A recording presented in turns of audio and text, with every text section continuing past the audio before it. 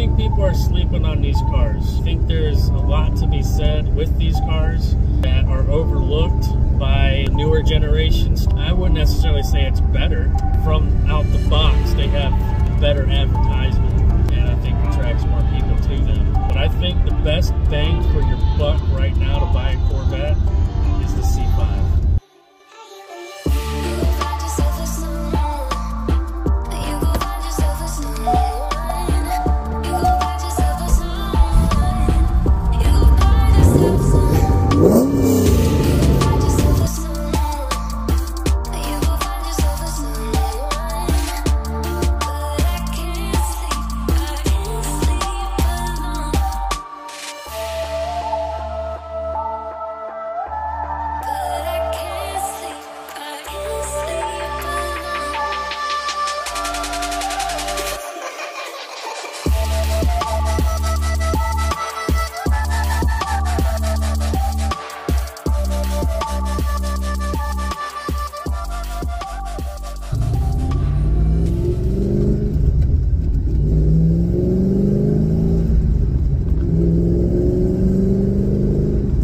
What's going on, guys? If you can't tell, we are in a 1999 Corvette. C5 Corvette came out in 1997, and base models were equipped with the 5.7 LS1 engine and the T56 6-speed, or the more expensive and upgraded 4L60E 4-speed, which I don't think they're as bad as people say they are. There's things you can do to them, and as long as you keep the heat down on them, they're pretty good for the most part.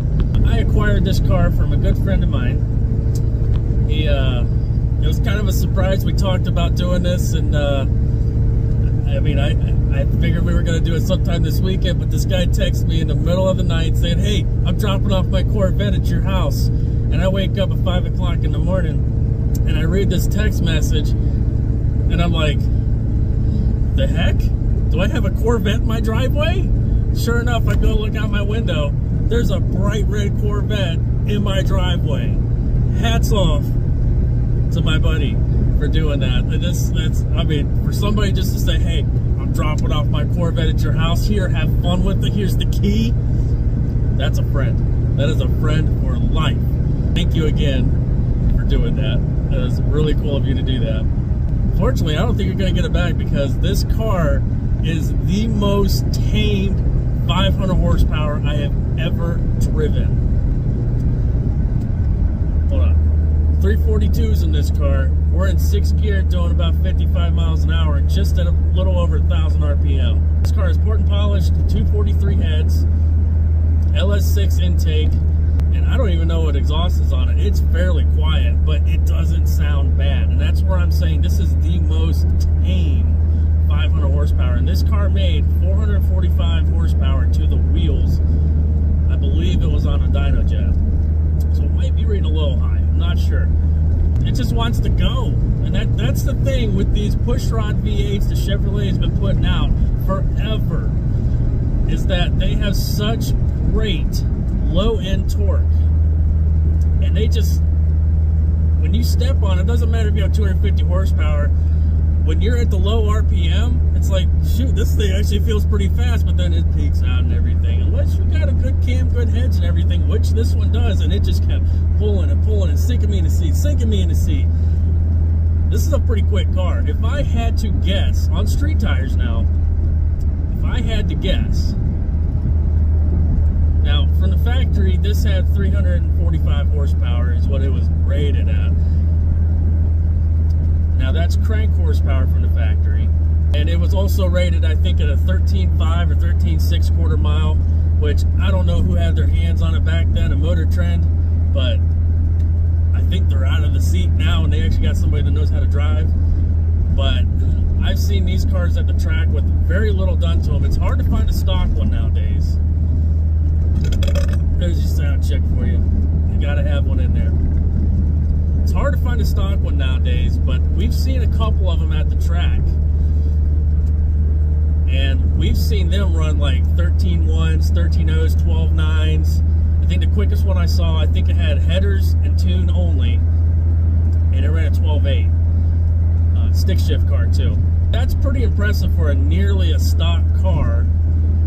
Now this, if I had to guess, with the heads, cam, exhaust, all that stuff, and a few suspension mods as this car has on it, on street tires now, it's got C7 Grand Sport 19-inch rims on it. So on those tires, if I had to guess, I would think this car would be a low 12 second. And if you had radials on it, this would be a mid to high 11 second car. No questions about it.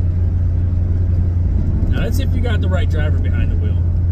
I like the shifter. I don't know what shifter is in this, but if I had to guess, by the way this thing feels, it feels like a TIC performance shifter because it feels very similar to the one I have in my Camaro SS. This car is equipped with the T56 red, black interior, which I think is just an excellent combination. With the black wheels, it don't get any better than that. Now, for me personally, I'm not a red guy, and the only way I would take red is with the black wheels, black interior, and it looks killer. It looks awesome. The biggest part why I want to do this video is that I noticed the prices on these are starting to go up. Now, a couple years ago, pre-COVID, you used to be able to find these cars around $7,500, $10,000, in between that price range, and they had decent miles on it. Now, decent mileage for me is around 120,000 miles. Like, that's not horrible. And I know back in the day, you know, once a car hits 100,000 miles, it's garbage. Now, it's not the situation no more. That has long been dead. Just go around the roundabout, as they would say in Canada. Do a little soft pull here. There we go. A little third gear.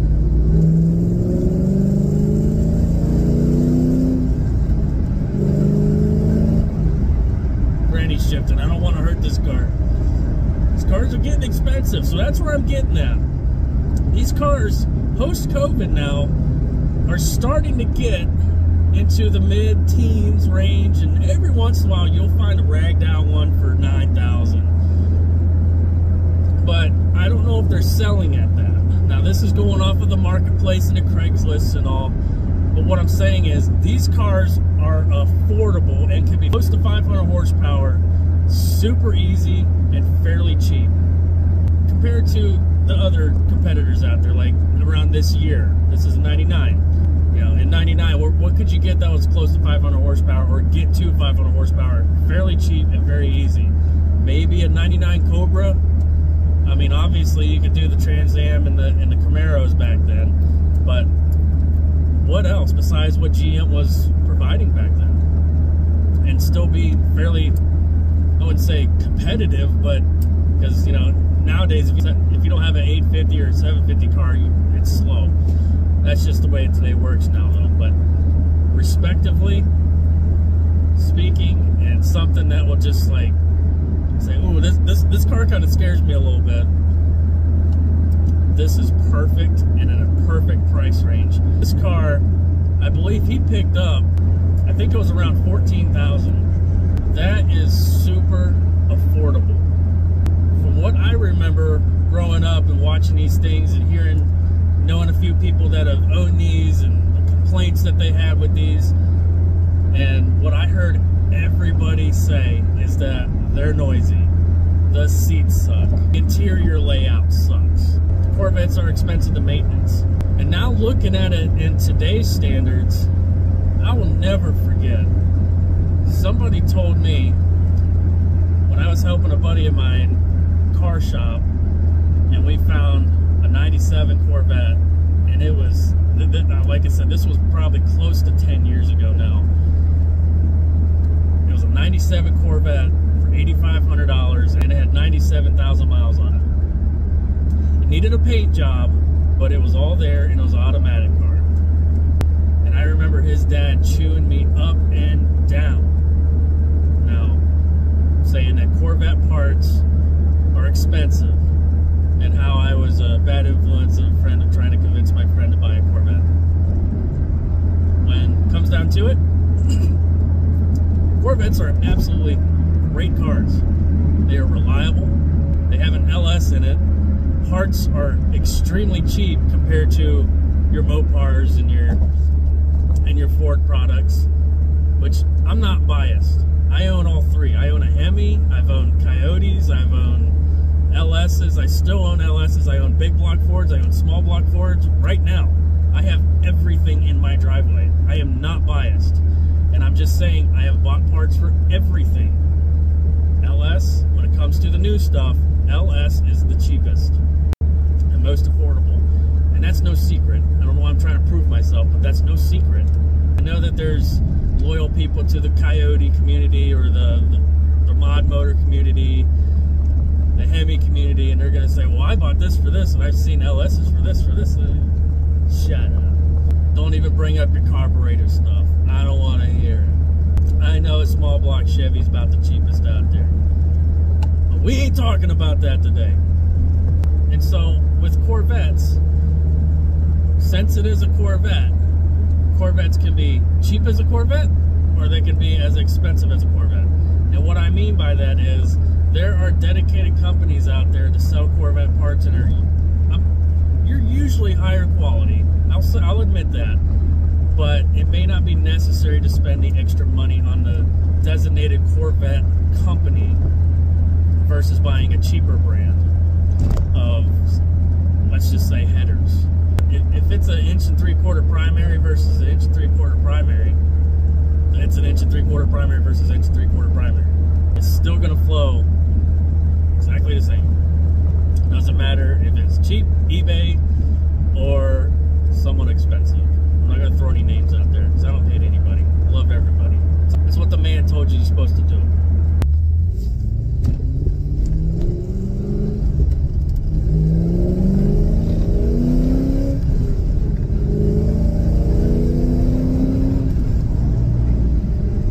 This car will get away from you. I'm easing into it. It's not my car. I don't want to beat it, you know. If it was my car, we'd be getting sideways, right limber, slapping and everything else. But we ain't gonna do that. It's not my car. And this car's way too nice for me, honestly. This is a fun car, and it handles so good, too. Like, it handles better than you would expect a Corvette to handle.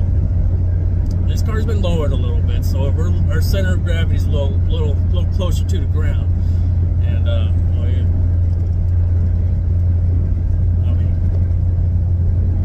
Mini slalom there. Another big thing about the LS1s, and specifically, I believe it was the 2000s and 2001s, they had what's called piston slap, and they consumed supposedly a butt ton of oil. I've owned 3 LS vehicles, and I've known countless people that own LS vehicles and have owned LS vehicles, and not a single one has ever had piston slap.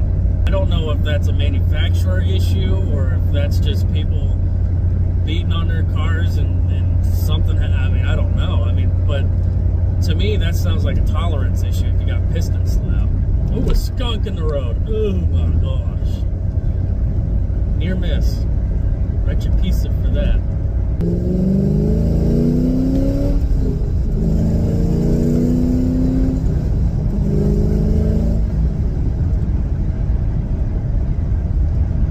Car just wants to go. It's so torquey. It's definitely a fun car. It's a dangerous car, but it is a fun car. Like I was saying, these cars are still affordable. You can buy these fairly low mileage, modded or unmodded, for your average price range between $12,000 and $18,000. That's not bad. It's fairly affordable. And you have an extremely reliable car. Now, if you got kids or something, that might be a problem. You might want to look at the Trans Am or the Camaro, something that's got the back seats in it. But for the most part, you're going to have an extremely reliable and extremely fun car. But for a car that started out at a base MSRP at $38,000, to this day, which isn't a bad price. This was always the affordable sports car. Always. Your average fella, maybe a little above your average fella. Depending on how much debt you wanted to go into and how much you want to sacrifice as month to month with a high payment. But But this was the retired man's Corvette. This was an older gentleman's car. Corvettes have typically always been older gentleman's car. For one, they can typically afford them over the younger generations. Nothing wrong with that. But now, instead, these cars went from hauling golf bags to hauling patootie. This clutch, it's got a really high release on it. It's almost like driving a mid-2000s Honda Civic VTEC. That's rear-wheel drive. Let's do one last little pull. Third gear.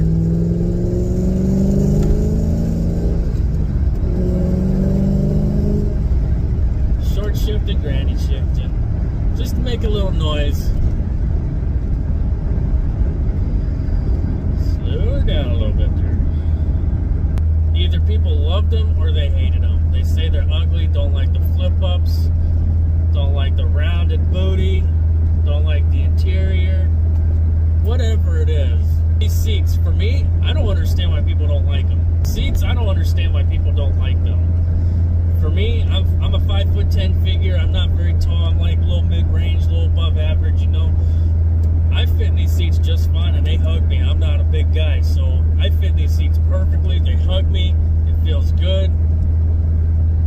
I like it. I'm comfortable in this car. I can see everything. There's no blind spots in this car that I have been aware of yet. It doesn't have your typical GM cheap buttons besides your stereo stuff, but that was typical for 90s.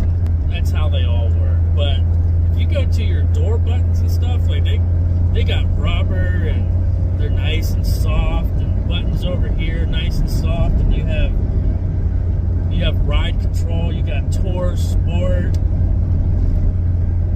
Performance.